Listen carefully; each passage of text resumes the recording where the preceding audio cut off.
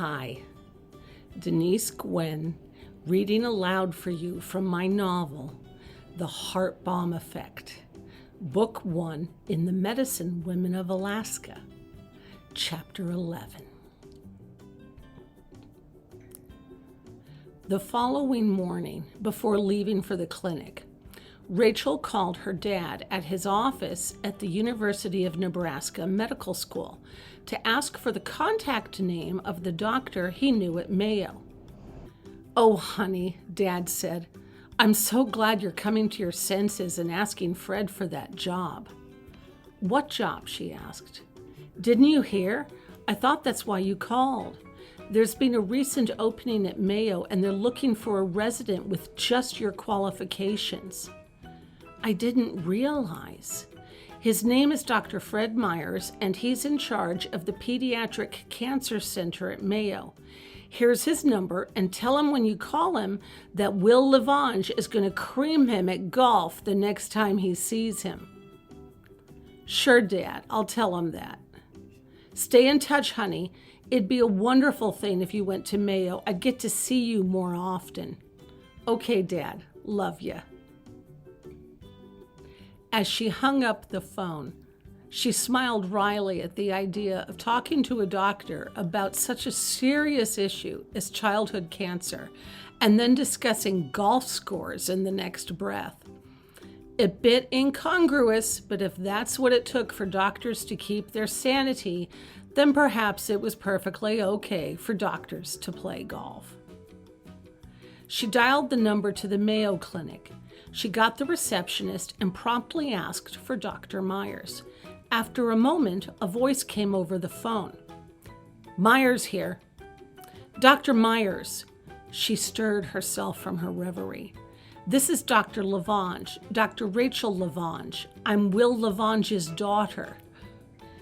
"Yes. Oh, you say you're Will Lavange's daughter. Why, you must be the girl who's in medical school?" "Dr. Myers, I'm doing my residency now, and my younger sister Sarah is in medical school." Well, isn't that a fine thing? 2 daughters in medical school." "Yes, Dr. Myers, it is. Call me Fred." "Oh, well, yes. Well, Dr. Myers, there's something I'd like to ask you. If you're checking on your position on the wait list for the residency," he added, suddenly gruff. "I don't know a thing about that. We did get an opening in pediatric oncology, but we decided to fill it from within. Anyway, I don't handle administrative issues myself. You'll have to talk to my secretary." Okay," she said, taking the slight on the chin. "I'll be sure and do that, but that isn't the primary reason why I called." "Oh, why'd you call then?"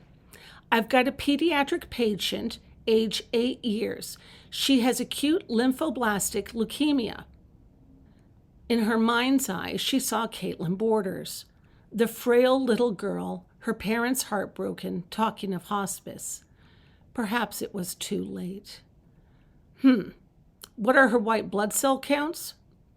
Rachel told him. "And what course of treatment?" "Chemotherapy once every week, but it's failing, and her parents are talking of hospice." "And what else?" Dr. Myers asked. "What drug therapy?" Rachel inhaled. "That's it." "That's it?" Dr. Myers didn't even try to conceal the contempt in his voice. "That's all that's being done for her?"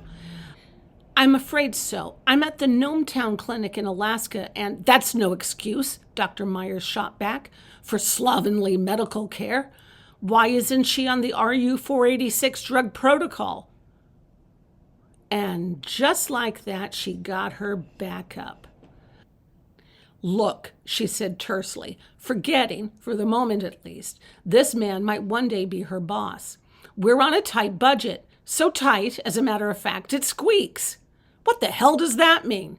"It means, Dr. Myers, that I have to bring my own toilet paper to the clinic because our funds got delayed this month." "That's appalling." Dr. Myers did sound a tick more sympathetic. "You know it, Buster," she said, and instantly regretted it.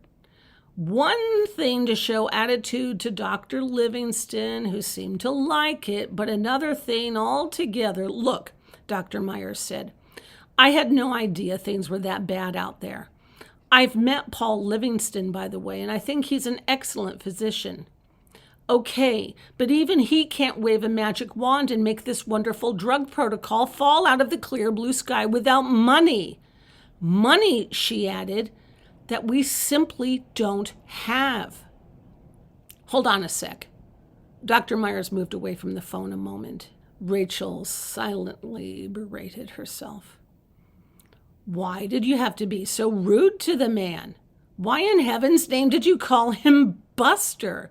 He's never going to help you now, and he sure as hell will never offer you a position at Mayo, not with that snotty little attitude. Yes, that's the one, she heard Dr. Myers saying to someone.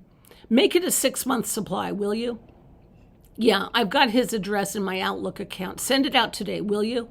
He returned to the line. Okay, thanks for waiting. No problem at all, she said, not sure where this conversation was going. I'm sending you a 6-month shipment of the RU-486 drug protocol. You are? We're running a practice trial on this new drug therapy regimen, and will include your patient in the study. It's proven effective in adults with this strain of leukemia, but its effectiveness has not been as good with pediatric patients, and we're trying to find out why. So we've added another drug component to the study as a kind of catalyst to see if it improves the results. If it's a success, I'll write a paper on it and submit it to a medical journal. As he chatted away, she secretly marveled to herself. Dr. Myers was talking to her as if she were a real doctor, one who had her own patients. And then she realized something amazing. Caitlin Borders wasn't just the clinic's patient. Caitlin was her patient, and she was talking to Fred Myers as if she were his colleague. But Dr. Myers, we can't afford, it's no cost to you. Seriously, Dr. Myers, I can't begin to tell you had great... That's fine, he interrupted brusquely, his stern demeanor returning in sharp focus. I'll have my secretary take down your patient's information, and the packages will come with detailed instructions on the dosages and the timing. And of course, the patient's guardian or parent will have to sign all necessary consents. Of course, she said, as if she'd known this all along. And while I'm thinking about it, I'll check your status on the wait list. That would be wonderful, Dr. Myers. Okay, here's Maureen. And then he disappeared from the line. For the next several minutes, Rachel gave his secretary detailed information concerning Caitlin Borders. The clinic's address, the child's home address, her parents' names and telephone numbers, and promised to email her chart to Mayo as soon as her parents gave their consent. After she hung up, her heart still a whirl of emotions, she wandered over to the window overlooking Main Street and gazed down below at all the tourists walking around on this surprisingly warm day in January. She'd just made something happen for the clinic. Something wonderful. Perhaps Dr. Livingston would be happy to give her a letter of recommendation when Mayo called with a job offer. Caitlin Borders' leukemia could possibly be healed with this treatment. That is, if the parents consented. She wondered suddenly, what would Dr. Livingston say?